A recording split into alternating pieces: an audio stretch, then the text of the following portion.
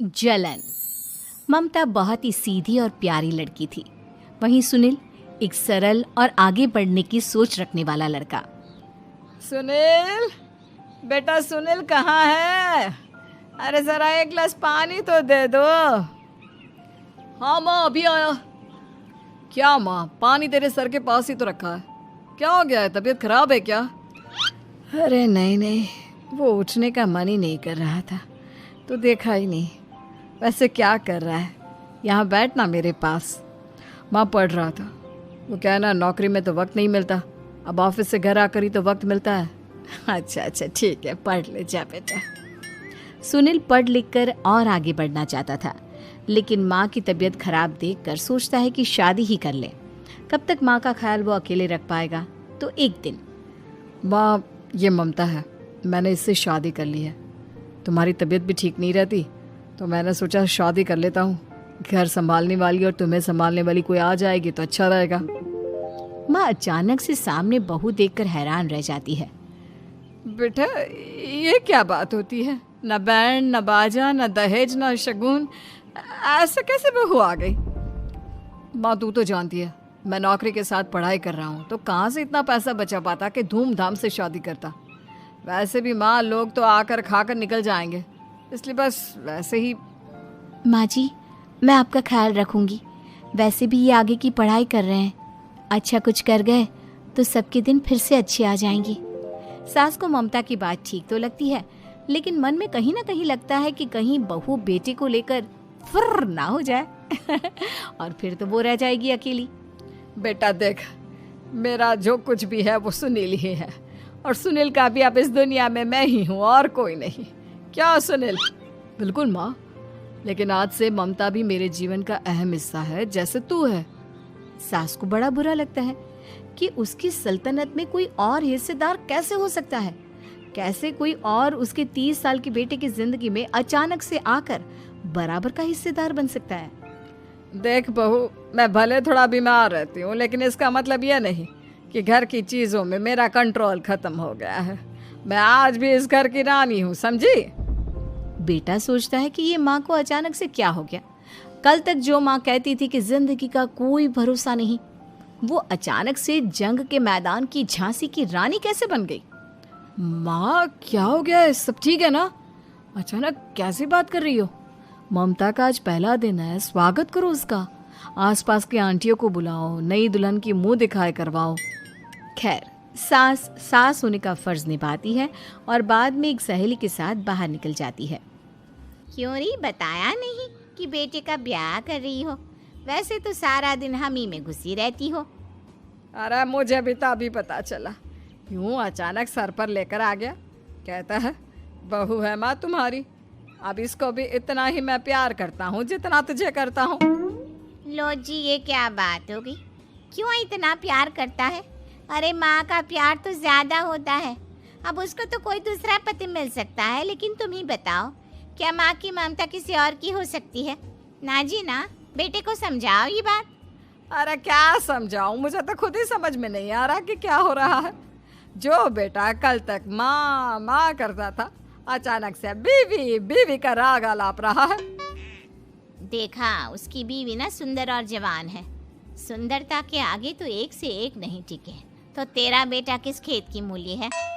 सास को भी समझ में आ जाता है कि बहू की सुंदरता के आगे माँ का प्यार किसी काम का नहीं।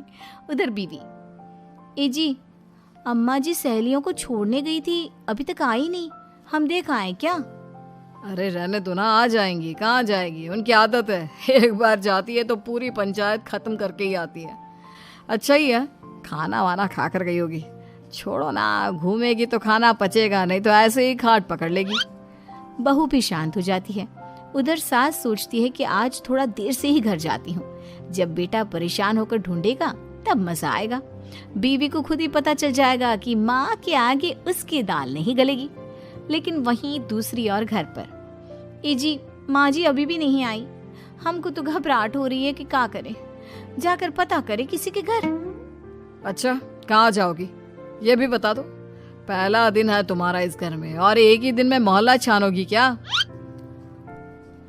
हाँ, तो आप भी तो नहीं जा रहे हैं ना, हमको फिक्र हो रही है। अरे यार, ये रोज का है अम्मा का, खाओ और सो जाओ। बस फिर क्या था, बेटा बहू खाना खाते हैं और कमरे में सोने चले जाते हैं। उधर जब सास को कोई देखने नहीं आता तो वो हार कर घर आ जाती है, जहाँ वो देखती है कि सारे घर की लाइट्स बंद है। सास को गुस्सा आता है, बहू, ममता बहू कहाँ हो? लेकिन सारे दिन की थकी बहू को ऐसी नींद आती है जैसे किसी ने भांग की गोली खिला दी हो। वो तो नहीं उठती। उठकर आ जाता है बेटा। अरे क्या बात है अम्मा, काहे चिल्ला रही हो? अरे सो जाओ ना, सुबह की थकी है बहू, वो सो रही है। जोर से बोलोगी तो नींद खुल जाएगी उसकी। माँ को गुस्सा आ जाता है। फिलहाल तो सो जाती है, लेकिन मन ही मन ढेर सारा जहर बहू के लिए भरा होता है। सुबह बहू चाय बना रही होती है कि सास धीरे से गैस तेज कर देती है, जिससे चाय का बर्तन जल जाता है। और जैसे ही बहू चाय का बर्तन उठाती है, उसका हाथ जल जाता है। मेरा हाथ जल गया। वो जोर जोर से चिल्लाकर इधर उधर भागती है कि सास थोड़ी देर में उसके हाथ में पानी डाल देती है। हाय रे बहू, क्या कर रही हो? पहली बार रसोई छुई हो क्या? सासू माँ गलती से गैस तेज रह गई थी और बर्तन जल गया, जिससे मेरा हाथ जल गया। हाय रे, कितना गंदा दाग। छी छी छी छी, मुझे तो उल्टी आ रही है तेरा गला हुआ मांस देखकर। तू ना मुझे अभी साथ से खाना मत लगाना। बहू भी खुद का हाथ देखती है तो उसे भी रोना आ जाता है। कुछ दिनों के बाद सास की सहेली आती है, बहू चाय बनाकर लाती है। उसके जाने के बाद सहेली कहती है, बहू की सुंदरता ऐसी है कि कोई भी दीवाना हो जाए। वैसे तेरे बेटे का क्या हाल है? अरे वैसा ही है, बहू के पीछे लट्टू। क्या करूं, कुछ समझ में नहीं आ रहा। मैंने तो बहू के चेहरे पर दिवाली के पटाखे की चक्री फेंक दी, उसका पूरा चेहरा जल गया। अब देखो ना रही सुंदरता, और ना ही अब मेरा बेटा उसे पूछता है। अरे अब तो वो उसे छोड़कर दूसरी भी देखने को बोल गया है मुझे। बहू सारी बात सुन रही होती है। आंटी एक बात बताइए, क्या भरोसा है कि दूसरी सही आए और आपके अनुसार रहे? देखिए आंटी, मेरी सासू माँ को गलत बात सिखाने की जरूरत नहीं है। हमारा परिवार साथ में खुशी से रह रहा है। देख बहू, मेरी सहेली की बेइज्जती ना कर, वही अच्छा रहेगा तेरे लिए, समझी? बहू नहीं मानती है। वो बार बार उनकी सहेली को घर से निकल जाने को कहती है। तभी सास की सहेली पास के चूल्हे से लकड़ी लाकर बहू के चेहरे पर लगा देती है। बहू जोर जोर से रोने लगती है। अरे ये क्या कर दिया? मैंने कहाँ किया, ये तो तूने किया। तू ही नहीं चाहती थी कि बहू बेटे के साथ रहे, भला मैं क्यों करूंगी? मैं तो चली, निपटो अब। बहू रो रही होती है, दर्द से चिल्ला रही होती है, लेकिन सास उसे डॉक्टर के पास नहीं ले जाती। तभी पति आता है। क्या हो गया ममता? ये दाग कैसे लगा? तुम कैसे जली? ममता कुछ नहीं कहती, बस दर्द से करा रही होती है। पति माँ की तरफ देखता है। हो ना हो माँ, ये पक्का आपका काम है। आप ही ममता से जला करती थी ना। देखना माँ, अब पुलिस आएगी, केस बनेगा, लेकिन पहले मैं ममता को अस्पताल लेकर जा रहा हूँ। सभी अस्पताल जाते हैं, जहाँ डॉक्टर ममता की सास से कहते हैं, आपने तो नहीं जलाया ना बहू को? अब ममता की सास के तो पसीने छूट रहे होते हैं। वो घबरा कर कहती है, ना ना डॉक्टर साहब, कैसी बात करते हैं? हम क्यों जलाएंगे अपनी बहू को? डॉक्टर ममता के पति से पूछते हैं। देखिए, क्योंकि ये ससुराल में जली है तो मामला पुलिस का बनता है, तो आप पहले पुलिस को बुलाइए, तभी इलाज पूरा होगा। सास डर जाती है कि अब तो बच्ची जिंदगी जेल में ही रहना होगा। रहने दीजिए ना, पुलिस को क्यों बुलाना? सारी हंसी खत्म हो जाएगी जब पुलिस के डंडे पड़ेंगे। बहू को जलाना भले ही बहुत आसान हो, लेकिन उसके बाद सारी जिंदगी जेल की हवा खाना। सास डर जाती है। पुलिस आती है। पास लेटी दर्द से करा रही ममता स्टेटमेंट देती है। तो क्या हुआ था? कैसे जली आप? ममता पास खड़ी सास को देखती है। बेटी बताओ, कैसे जल गई तुम? ओए, काका का किरण वाली शाहरुख, चुप, बिल्कुल चुप। सास चुप। सभी इंतजार करते हैं कि ममता क्या बोलेगी। जी मैं खाना बना रही थी, लकड़ी उड़कर मेरे ऊपर गिर गई और मैं जल गई। सास बहू की बात सुनकर रोने लगती है। देखा माँ, कितनी समझदार है ममता। ये चाहती तो, हाँ बेटा, ये चाहती तो मैं आज जेल में होती। मुझे माफ कर दे, मैं आगे से अभी कभी ऐसा नहीं करूंगी बहू के साथ मिलकर। अरे ये इतने सारे कपड़े, अरे बहू क्या करेगी इनका? माँ जी, मैं घर में बोर होती हूँ तो सोचा सामने के कमरे में कपड़ों की दुकान खोल लूं। घर का काम भी हो जाएगा और 4 पैसों की कमाई भी। अरे वाह वाह, ये तो बहुत ही अच्छी बात है। मैं भी तेरी मदद कर दिया करूंगी। वाह माँ जी, तब तो मजा आ जाएगा। अब हम दोनों मिलकर खूब पैसे कमाया करेंगे। अब क्या था, सास बहू का काम चल पड़ा। एक दिन, अरे राकेश की माँ, सुनती हो? कहाँ चली गई? भूख के मारे पेट में चूहे कूद रहे हैं। अरे नंदिनी, कहाँ हो? भूख लग रही है। पापा कहाँ है माँ? पता नहीं बेटा, भूख लग रही है। आज तो किसी ने चाय भी नहीं पूछी। तभी सास बहू घर के अंदर ढेर सारे सामान के साथ आती हैं और वो भी हंसती हुई। अरे वाह बहू, ये तो बड़ी अच्छी मार्केट दिखाई तूने। बड़ा ही सस्ता सामान था। हाँ माँ जी, और ये सामान हम डबल पैसों में बेचेंगे, मजा आ जाएगा। अरे बहू, भूख लग रही है, कुछ खाने को दे दे। माँ क्या बात है, आज किसी ने पापा को चाय भी नहीं दी? अरे बेटा, अब 40 साल में तेरे पापा ने क्या चाय बनाना भी नहीं सीखा? अरे बेटा रहने दे अब इस बहस को। तुम लोगों ने वैसे बनाया क्या है? बहू परेशान हो जाती है और सास को अकेले में लेकर जाती है। माँ जी, आज तो हम लोगों ने खाना ही नहीं बनाया। अरे बेटा, बाहर के छोले भटूरों से पेट इतना भर गया कि याद ही नहीं रहा कि घर में ये लोग भी हैं खाना खाने के लिए। अब क्या किया जाए? तभी घर में एक महिला आती है। जी वो सुना है आप लोगों की यहाँ साड़ी बिकती है, जरा दिखाएंगे क्या? हाँ हाँ, क्यों नहीं। माँ जी, आप इन्हें साड़ी दिखाइए, मैं तब तक पिताजी और इनके लिए खाने का इंतजाम करती हूँ। सास उस औरत को लेकर सामने वाले कमरे में चली जाती है जहाँ उन लोगों ने दुकान खोली थी। वहीं बहू भी किचन में चली जाती है। अब इतनी जल्दी क्या बनाऊं? पापा जी तो खाने के लिए भी बैठ गए हैं। आइडिया, मैं खाना बाहर से ही ऑर्डर कर देती हूँ। थोड़ी देर में खाना आ जाता है और बहू टेबल पर खाना लगा देती है। हे भगवान, कितनी कड़वी दाल बनाई है बेटा। नहीं नहीं पिताजी, वो क्या बात है नंदिनी, रोटी तो चबाई ही नहीं जा रही है, लग रहा है रबड़ खा रहा हूँ। एक तो इतने महंगे होटल से खाना मंगवाया और वो भी इन लोगों को पसंद नहीं आया। तभी सास नोट गिनती हुई बाहर आती है। वाह माँ जी, बड़ी कमाई हुई लगती है। हाँ, मैंने वो 2000 वाली साड़ी 3000 में बेच दी। अरे वाह माँ जी। दोनों सास बहू बहुत खुश हो जाती हैं। मेरे पेट में ना बेटा जोर का दर्द हो रहा है। अरे माँ, क्या हुआ? पेट में दर्द? बाहर का कुछ खाया था क्या? मैदा तो नहीं खा लिया? मैंने छोले भटूरे खाए थे। माँ क्यों खाए? आपको तो पता है कि आपको मैदा सूट नहीं करता। चलिए माँ को डॉक्टर के पास ले जाते हैं। तभी अंदर से पापा की आवाज आती है।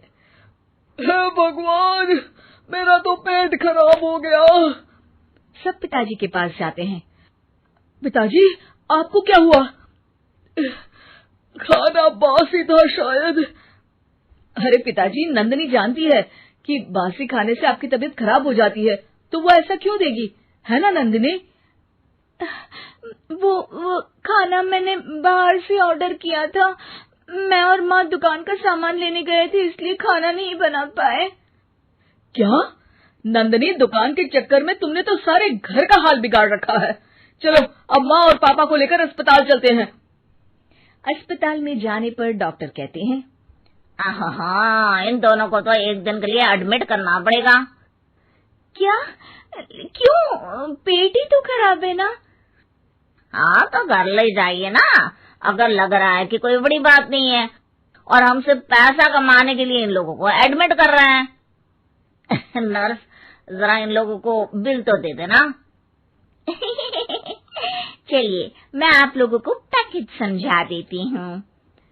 जब बहू के हाथ में बिल आता है, हे भगवान, 60,000 रुपए! इतना तो मैंने कमाया भी ना था। अब समझ गई कि कमाई के चक्कर में घर के लोगों की सेहत के साथ मैं खिलवाड़ कर रही थी। सास चंगी होवे या ते दीवार ते टंगी होवे। संगीता की शादी भी एक ऐसे ही घर में होती है जहां उसकी सास दीवार पर टंगी होती है। ससुर और पति शादी के पहले दिन उसे सास के फोटो के सामने ले जाते हैं, जहां ससुर जी कहते हैं, बेटा संगीता, ये तुम्हारी सास थी, बहुत नेक और भली, लेकिन थोड़ी गुस्सैल थी। गुस्सा आने पर सब तहस नहस कर देती थी, पर अब ये इस दुनिया में नहीं है। हाँ संगीता, माँ होती तो तुम इनकी कोई बात टाल नहीं सकती थी, वरना तो माँ घर में भूचाल ले आती। संगीता मन में खुश होती है कि अच्छा है कि ऐसी औरत अब इस घर में नहीं है, लेकिन दिखावे के लिए वो जैसे ही सास की फोटो के सामने हाथ जोड़कर खड़ी होती है, ये क्या? सास उसे देखकर मुस्कुराने लगी। संगीता आंखों को मलकर एक बार फिर से देखती है, लेकिन फिर सास के चेहरे का भाव, भंगिमा यानी एक्सप्रेशन बिल्कुल बदले होते हैं। वो अपने पति और ससुर को कहती है, माँ की तस्वीर तो स्माइल कर रही है। ना बेटी, ये कैसे संभव है? जरूर तुम्हें कोई गलती हुई होगी, ऐसा कैसे हो सकता है? लगता है तुम शादी की सारी फॉर्मेलिटी करते करते थक गई हो, तुम्हें आराम की जरूरत है संगीता। खैर, सारे संगीता की बात को इग्नोर कर कमरे में चले जाते हैं। वैसे सास की फोटो पर एक्सप्रेशन एक के बाद एक बदलते ही रहते हैं। सुबह होती है, पति और ससुर को काम पर भेजकर संगीता कमरे की सफाई करने में लग जाती है कि तभी उसे आवाज आती है, टेबल ठीक से साफ करो। ऐसे भी कोई टेबल साफ करता है? इससे अच्छा तो ये गंदा ही था। किसी औरत की आवाज सुन संगीता दंग रह जाती है और सोचने लगती है कि आवाज कहाँ से आई। आवाज को नजरअंदाज कर वो फिर से अपना काम करना शुरू करती है, लेकिन इस बार तो आवाज बिल्कुल उसके कान के पास से आती है। मेरा घर है ये, जब तक मैं थी चमका कर रखती थी, हर एक चीज शीशे की तरह थी। तुम्हें तो ना सफाई आती है ना कुछ पता है। क्यों तुम्हें मेरे घर की जिम्मेदारी दे दी गई है? पता नहीं तुम में मेरे बेटे को क्या दिखाई दिया। मैं होती तो एक से बढ़कर एक लड़कियों की लाइन लगा देती। अब संगीता को समझने में देर नहीं लगी कि ये आवाज किसी और की नहीं बल्कि उसकी सास की है, जो दीवार पर टंगी है। वो उसके पास जाती है और कहती है, नमस्ते सासू माँ, मुझे तो कल ही लग रहा था कि दीवार में कुछ काला है। वो दीवार नहीं, दाल होती है पगली। सही पकड़े हैं सासू माँ। तो क्या हो गया आपको जो आप यहाँ भी चैन से नहीं बैठी हैं? सुना मैंने आपका व्यवहार काफी गुस्से वाला था। चुप रह तू, ज्यादा बकर बकर ना कर। घर का काम करना तो आता नहीं, आई है मुझसे बहस करने। हाँ देखिए सासू माँ, मैं आपसे साफ साफ कह देती हूँ, मुझसे पंगा लेने की कोशिश मत करिएगा। तभी पीछे से संगीता का पति आता है। अरे संगीता, किससे बात कर रही हो? कौन है वहाँ? संगीता की सास की फोटो फिर से पहले जैसी हो जाती है। आपकी माँ से कह रही थी कि मुझे काम करना आता। अरे संगीता, माना सास के ताने हर बहू को अच्छे लगते हैं, लेकिन यहाँ तो माँ है ही नहीं, तुम तो फोटो से ही। तुम भी लाजवाब हो संगीता। किसी को विश्वास नहीं होता कि संगीता अपनी मरी हुई सास की फोटो से बात करती है। वहीं आए दिन संगीता की सास संगीता को किसी न किसी बात पर आते जाते ताने देती। संगीता को भी अब सास के तानों और उनसे बात करने की आदत हो गई।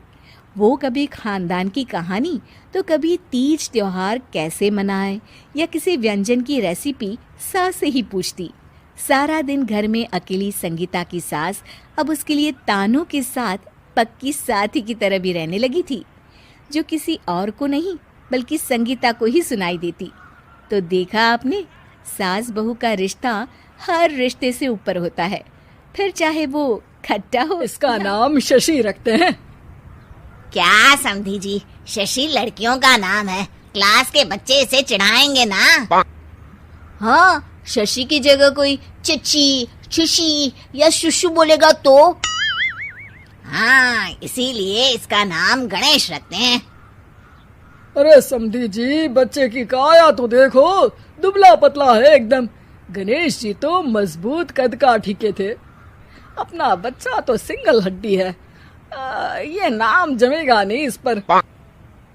हाँ, भैया की बेटी का नाम थोड़ा मॉडर्न रखती हैं, जैसे रॉकी। रॉकी? रॉकी तो हमारे डॉग का नाम है। अगर ऐसा ही नाम रखना है तो शेरू रख लो। आप लोग कुछ भी बोल रहे हैं। अरे कुछ भी बोलना, रॉकी बोलने से तो बेहतर ही है ना। किरण और रवि को पहला बच्चा हुआ था। दोनों के ही परिवार वाले उस बच्चे का नाम रखने के लिए पूरा जोर लगा रहे थे। 3 महीनों से ये लड़ाई चल रही थी, मगर कोई भी एक ढंग का नाम नहीं रख पाए थे। किरण और रवि इस बात से बहुत परेशान थे, लेकिन परिवार के लोगों के सामने कुछ बोलते भी नहीं थे। दामाद जी पे गया है बेटा, उनका नाम रवि है तो इसका नाम शनि रख देते हैं। शनि देव रवि, यानी सूर्य के ही तो बेटे थे ना। अरे समधन जी, आपने अकल चोर बाजार में बेच दी है क्या? शनि कैसा नाम है? ऐसे तो आप आगे आने वाले बच्चों के नाम साढ़े साती और दैया रख देंगे। हैं? अरे जबान संभाल कर बात कीजिए। और आप भी जबान संभाल कर नाम बताइए। शनि नाम रखोगी तो कोई भी इस पर तेल डालकर चला जाएगा। किरण के सब्र का बांध टूट रहा था। बच्चे पे पहला हक उसकी माँ का होना चाहिए, है कि नहीं?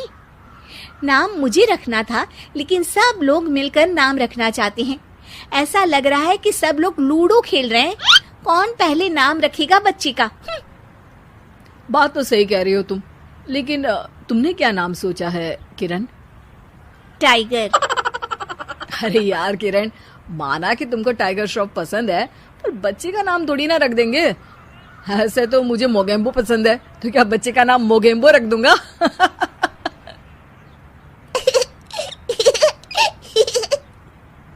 हाँ हाँ, मोगेम्बो नाम ही रख देते हैं। देखो तो, सुन के मोगेम्बो खुश भी हो गया। अरे मजाक छोड़ो, देखो मैं पंडित को बुला रहा हूँ, सबको इकट्ठा करके एक नाम डिसाइड कर लेंगे, ठीक है?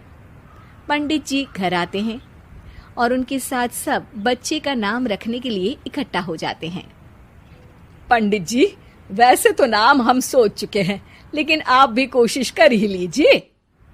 नाम तो हम भी सोच चुके हैं, दिग्विजय नाम रखेंगे। ऐसा नाम रखो जो मुंह में ना अटक जाए, कोई ऐसा नाम हो जो झट से मुंह से निकले। तो ऐसा करते हैं, दांत नाम रख देते हैं, जल्दी से मुंह से निकलेगा ना। चुप हो जाओ बेटा, मुंह से दूध जैसी बातें नहीं निकाल सकते तो कम से कम गोबर जैसी बातें भी मत निकाला करो। यजमान लड़िए मत, काम खत्म करना है और मुझे और भी दान लेने मेरा मतलब है नाम रखने जाना है। अभी सुबह से एक बच्चे का नाम मुन्नी रख कर आया हूँ। हैं? अरे पंडित जी, ये तो नाम ही बदनाम है। ऐसा नाम रखते हैं, अगर आप तो रहने ही दीजिए। अरे नहीं नहीं, उनका बजट कम था, बजट बढ़ता तो नाम भी बढ़ा रख देता। यार, विकी नाम रख देते हैं ना। अरे यार, आप ये रॉकी, विकी, आलू टिक्की, काजू चिकी जैसे नाम क्यों रखना चाहती हो इसका? ये बच्चा है, कोई खाने की चीज थोड़ी ना है। हम इस बच्चे का नाम मनहूस रख देते हैं। अरे क्यों? इसके आते ही कितनी लड़ाइयाँ हो रही हैं घर में। चुप रहो बहू, बच्चे के लिए गुस्से में कुछ भी मत बोला करो। आप मेरी बेटी से अच्छे से बात कीजिए। हाँ हाँ हाँ करती हूँ। श्री श्री 1008 बहु देवी जी, कृपया करके क्रोधित होकर शिशु के बारे में बुरे शब्दों के प्रयोग से बचें। अरे मेरी लड़की को ताने मत मारिए आप। तो फिर कोई गाना ही मार दूं? बताइए कौन सा गाना मारूं? कुछ कुछ होता है या फिर दिल तो पागल है। आपसे तो मुंह मिलाना ही बेवकूफी है। सब लोग नाम को लेकर बहस करने लगते हैं। इस शोर शराबे से परेशान पंडित जी बोल पड़ते हैं। लड़के का नाम रखने में मत होइए परेशान, मेरे पास है इसका एक समाधान। ना लड़के वालों की ना लड़की वालों की मर्जी चलेगी। नाम बच्चे का वही होगा जो पहला शब्द उसकी जुबान बोलेगी। सब पंडित जी के इस उपाय को मान लेते हैं और सब बच्चे के आसपास खड़े होकर बोलने का इंतजार करते हैं। बच्चा थोड़ी देर में बोल उठता है। माँ, माँ। मामा बोला, मामा बोला। तो क्या इसका नाम मामा ही रख दे? बात तो यही हुई थी कि जो पहली बात बच्चे के मुंह से निकलेगी वही रख देंगे। बस पंडित जी ने बच्चे का नाम मामा रख के सबको मामू बना दिया। उस दिन के बाद से उस बच्चे का नाम पड़ गया मामा शर्मा। सब इस नाम पे बहुत पछताए, लेकिन अब पछताए क्या हो जब नाम पड़ गया मामा। शिक्षा, कोई भी जरूरी काम शांति से मिलकर करना चाहिए, वरना अनचाहे परिणाम के साथ समझौता करना पड़ता है।